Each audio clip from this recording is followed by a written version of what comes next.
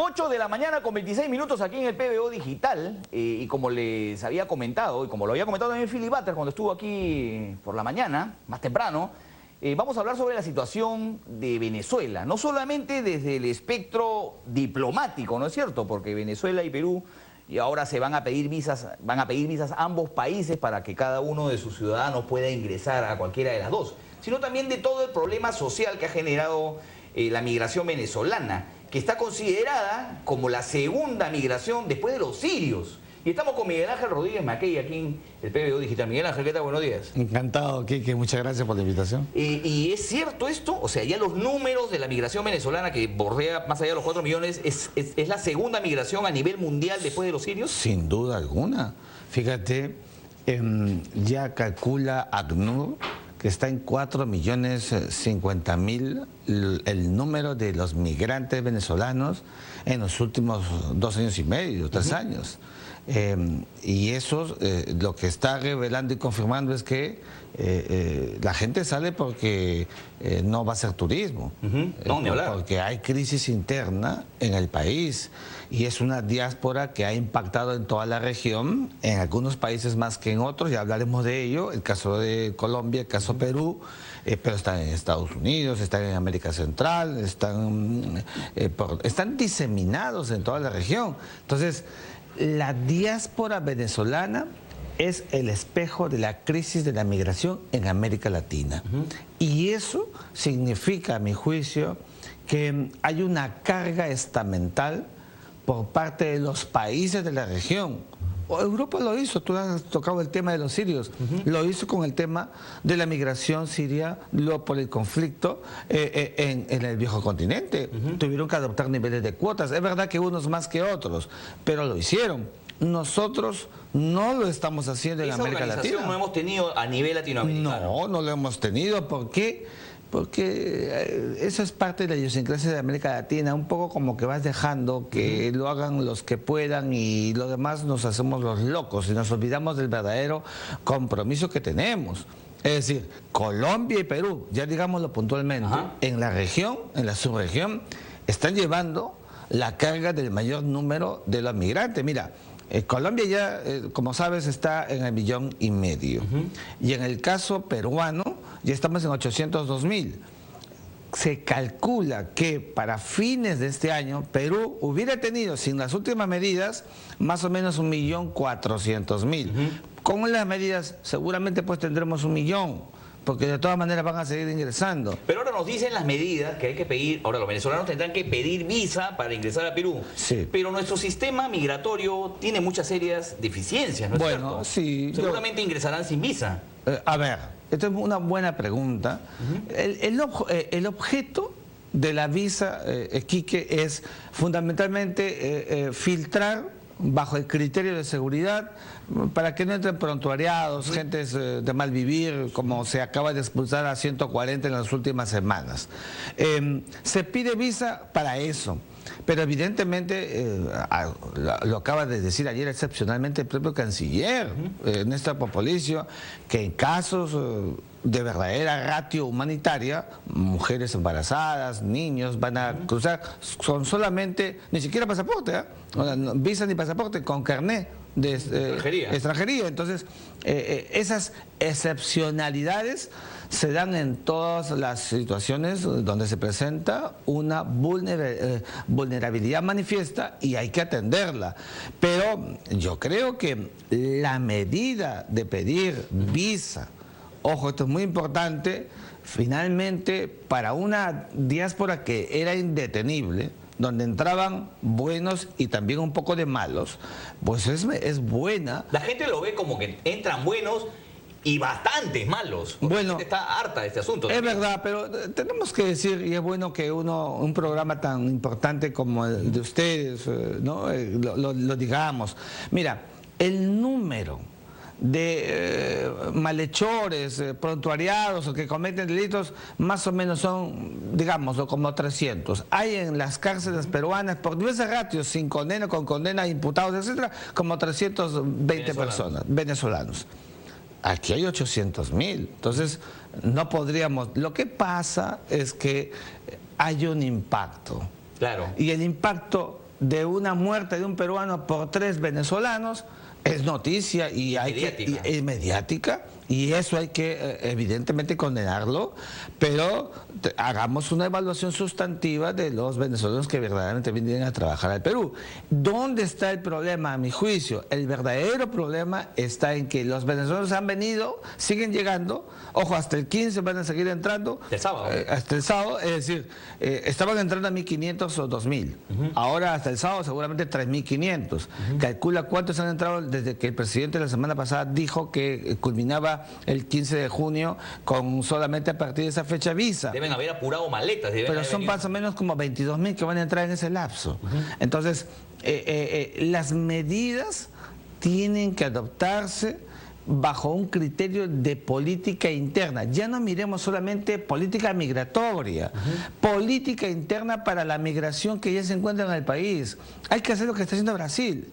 Los venezolanos que ingresan a Brasil, Quique, inmediatamente son direccionalizados, ya no están yendo todos a Río de Janeiro o a Sao Paulo, a diversas ciudades del país para evitar justamente esa atomización. Y eso se tiene que hacer también. Eso lo tiene que hacer el gobierno. Esto lo hace el gobierno, una política interna para llevarlos a Puno, llevarlos a la selva peruana, a los Andes, donde se requiere justamente per se la presencia de foráneos, de venezolanos que pueden contribuir, como lo dice la ONU, hay que decirlo, repetirlo casi como una letanía. El informe de las Naciones Unidas de Migraciones dice que el fenómeno migratorio siempre produce un impacto positivo al final. Creamos en eso, aliviemos, aligeremos, seamos más pragmáticos, para que no se crea esa idea de que los venezolanos nos quitan trabajo. Diversifiquémoslo, apuremos para que ellos puedan, termino la idea, digamos, si tienen títulos, aligerarlos pues en este marco excepcional, porque todo debe hacerse con un solo criterio: la temporalidad. Esto no es para siempre, esto tiene un costo, esto tiene un punto de término. ¿Cuándo?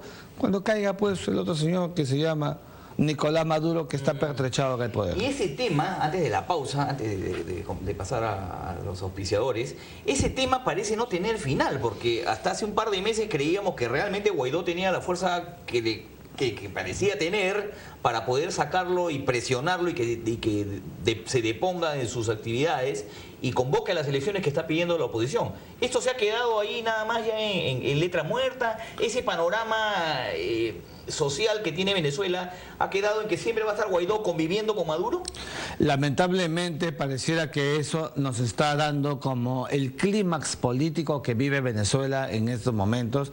Como muy bien dices, eso no es bueno, porque afianza a Nicolás Maduro. Mira, el día de ayer ha mandado una amenaza, le ha dicho: nosotros no vamos a salir de aquí ni por las buenas ni por las malas. O sea, con eso está diciendo que es todos sabemos, el cuarto país mejor armado de la región. Por tanto, para cualquier acto de intrusión que pudiera venir de parte del exterior, ellos van a estar allí hasta para dar la muerte si es necesario. ¿Y es factible un acto de intrusión de algún país? Se hablaba en algún momento de que Estados Unidos podía meter las botas ahí en Venezuela. ¿Es factible? O sea, mira, yo desde el derecho internacional, lo he dicho siempre, condenamos a que eso se produzca. El principio de intervención que dice que las soberanías son pétreas, donde las invasiones son malos ejemplos en la región y en el mundo entero, porque entrar como Pedro en su casa, retroceder en los avances de la sociedad internacional, uno no lo sabe. Finalmente, en la ratio, en las razones de los intereses, a veces hay acciones que se acometen cuando el fin último es acabar no solamente al dictador, sino también tener una presencia fija por otros intereses, como puede ser los que ha habido en el Medio Oriente por el tema de los recursos del petróleo. Lo mismo pasa en Venezuela. Estoy solamente diciendo una ratio que aparece en el análisis, pero esperemos que eso no se produzca.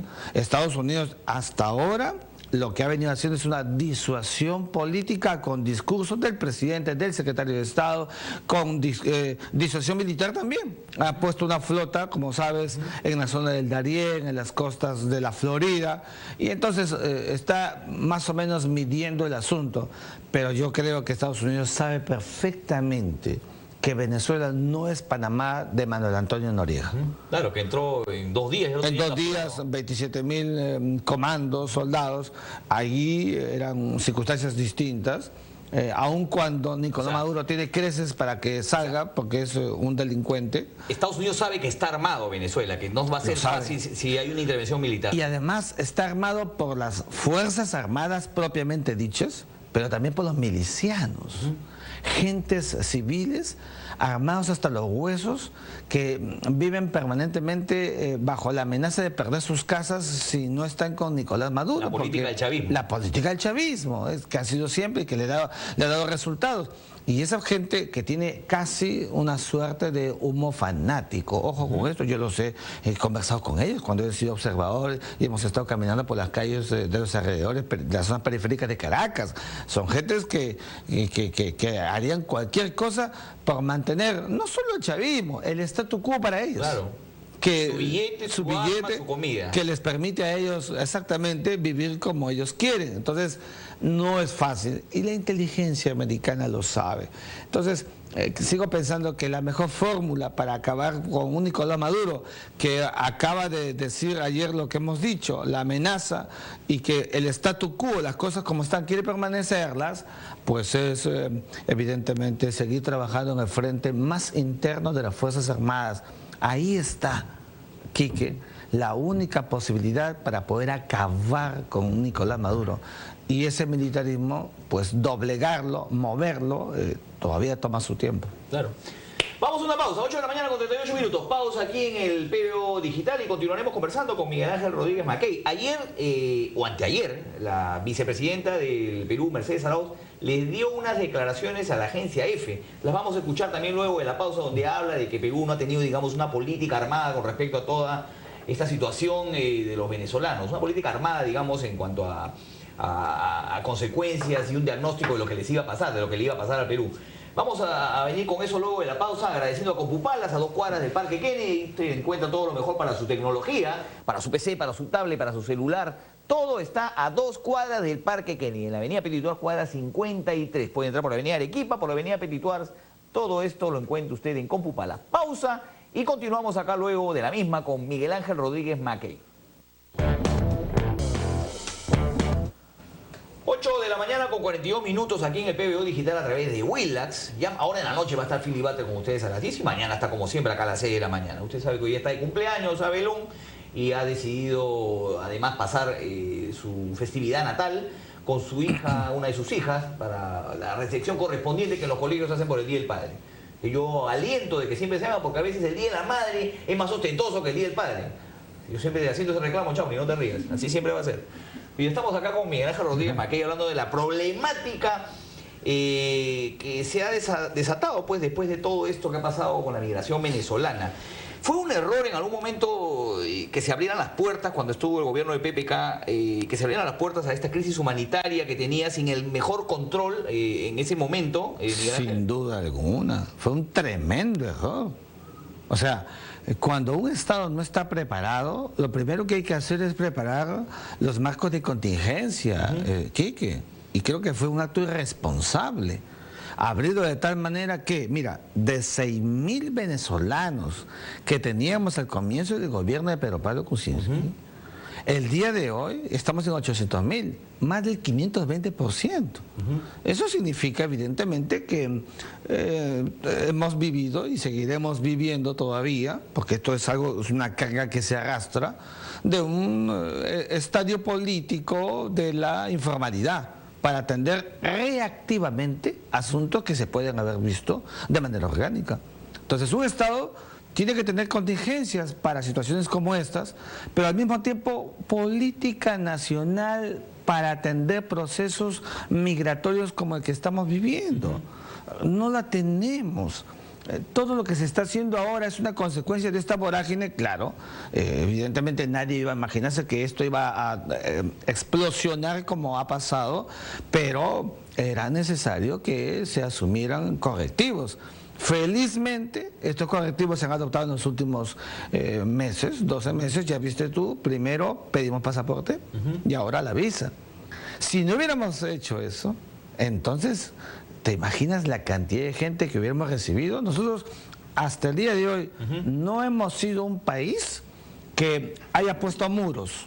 No somos Estados Unidos de América con una insensibilidad, no lo somos, pero tampoco podemos pues abrir las puertas de tal manera que nuestro propio sistema interno quede impactado y nos cree una situación tan dinámicamente explosiva que no podamos soportarla. Y esto genera en el poblador, en el ciudadano peruano, una suerte de espíritu xenófobo, porque siente de que el venezolano le está quitando el puesto de trabajo. Lo siente, hay que decirlo y aprovechamos para decirlo. Lo sienten, aunque eso en el fondo no sea exacto, pero lo siente porque están en una esquina, en un paradero, y también el venezolano vende. Entonces él puede pensar, antes ganaba el doble y ahora gana la mitad porque también quieren comprar al venezolano. Entonces ese nivel de percepción es visible, real, y eso se pudo haber evitado, se puede evitar. ¿Cómo se podría evitar? Bueno, primero, ya te digo, estos ingresos que se hacen inmediatamente desde la frontera, diversificarlos. Y para eso, eso es plata, eso es fenómeno de inversión. Y el Perú no tiene el dinero suficiente, pues hay que pedirlo, hay que tender la mano. Así lo ha hecho Chile, así lo ha hecho Argentina, así lo ha hecho Brasil gigante de Sudamérica. Hay que pedir la cooperación. Lo que más hay en estos momentos en el mundo entero es la cooperación para temas migratorios. Tenemos que aprender a tender las manos. ¿Y estas políticas qué englobarían? O sea, ¿qué cosas tendríamos que hacer con ese presupuesto? Bueno, fundamentalmente justamente para alistar todo lo que signifique, por ejemplo, el proceso distributivo de los venezolanos a diversas partes del país, invertir para que justamente ellos cuando lleguen a lugares cuenten con posadas, una ratio para que ellos puedan tener un nivel de pervivencia por lo menos de un mes y puedan alistarse. Empadronamientos, los empadronamientos cuestan plata. No tenemos un seguimiento de los venezolanos que están en el Perú. No sabemos quiénes son tampoco. ¿Y dónde están? ¿Y dónde están? Lo máximo que tenemos es el buen trabajo que hace la Organización para las Migraciones, Internacional para las Migraciones, que es un buen informe que ya estamos esperando el que salga próximamente, pero que es un informe siempre importante, acucioso, pero preliminar, porque ya no llega al frente interno, es solamente hasta cuando llegan y cruzan la frontera. Entonces, nosotros tenemos que aligerar hacia adentro la política, ya transversalizar el tema migratorio, donde educación tenga un rol, donde interior tenga otro rol. ¿A partir del gobierno o de la Cancillería? No, ya internamente ya es gobierno central, hay que decirlo. Cancillería, el proceso de cómo se hace para que se pueda ordenar el proceso migratorio de ingreso e impacto al país. Pero cuando ya están dentro, ya es un tema migraciones, interior, educación, salud. Mira, todo esto que estamos viendo, claro, las apariciones de pandemias o endemias, no se las vamos a achacar a los venezolanos, claro que no, pero cuidado que también puedan haber algunas cosas que puedan surgir como consecuencia de venidas de gente de otros lados. Todas estas cosas se llama, en la ciencia política y en los actos de gobernanza, se llama política interna, gestión de política interna. Los estados que no tienen gestión de política interna colapsan, hay que decirlo. Y la gestión de política interna coadyuva a que se recree una política exterior, porque la política exterior de migración es parte de una política interna. Si eso no camina, entonces nuestra política exterior no tampoco va a caminar. Entonces tiene que haber un correlato allí. De manera que ahora tenemos que preocuparnos y más de los venezolanos que ya están en el Perú, y que esta diversificación les permita a ellos, en ese criterio de temporalidad, ellos tienen que asumir que su permanencia en el Perú es temporal. Y hay que hacérselo saber. Ese es el objeto de una política interna y evidentemente a partir de allí recrearlos, porque solamente así, cuando acabe porque tenemos fe en que acabe la situación de Venezuela, puede haber también una política de retorno para ellos desde el Perú, coadyuvando como lo va a hacer seguramente Colombia. Ayer Mercedes Arauz les comentaba, dio unas declaraciones a la agencia EFE sobre toda esta problemática, porque esto ha impactado también en 300.000 jóvenes que han salido, peruanos que han salido ya, digamos, al sistema laboral, y que no han podido ser ubicados de manera justamente económica, laboral, para poder desarrollarse. Y entonces esto es lo que impacta, ¿no es cierto? Esto es lo que le molesta a la gente, ¿no? Que le están dando más la prioridad en temas laborales a los venezolanos, porque seguramente el venezolano, como tiene una economía de guerra realmente, puede adecuarse a un sueldo mínimo, porque es lo que le corresponde, que le permite juntarse a 6, 7, 8, 9 venezolanos y vivir en un cuarto donde entre todos pagan. Y esto, digamos, es el impacto que Mercedes Arauz le comenta a la agencia de EFE. ¿Le parece si lo vemos? Vamos a verlo. A ver, vamos. Y estaba Miguel Ángel, dice Mercedes Arauz que a Perú nadie lo ayuda para la recepción de esta migración.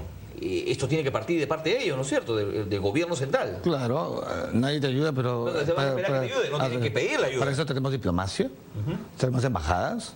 Por eso te decía, el correlato de la política interna se refleja en la política exterior, es un ABC, todos los diplomáticos lo saben de memoria, esto lo aprendimos desde Carlos García Bedoya, el gurú de la diplomacia peruana, se lo digo siempre a mis alumnos, de manera que, muy bien, no podemos estar de brazos cruzados, hay que tender la mano, lo acabo de decir hace un instante, dennos plata, la plata hay, la plata existe, gestión internacional, con olfato y mirada internacional, hay que mirar el mundo, saber dónde se puede pedir para que ayuden, porque esto es un impacto interno que está promoviendo una situación amorfa, sin forma. Pero yo te quiero decir algo más.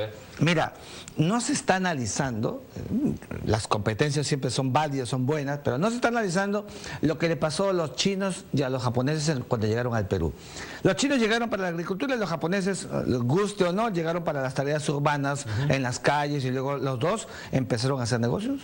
Empezaron a hacer los chinos, los bodegueros, los ingenieros y grandes empresarios. Mira el proceso, disciplina, habilidad y por su propio esfuerzo, preparación. También ellos tienen, digamos, una forma Claro, los venezolanos, como sabes, más de 2/3 en el último informe de la OMI dice que son gentes preparadas, estudiantes universitarios, abogados profesionales, están más médicos. Que los peruanos. Claro que sí.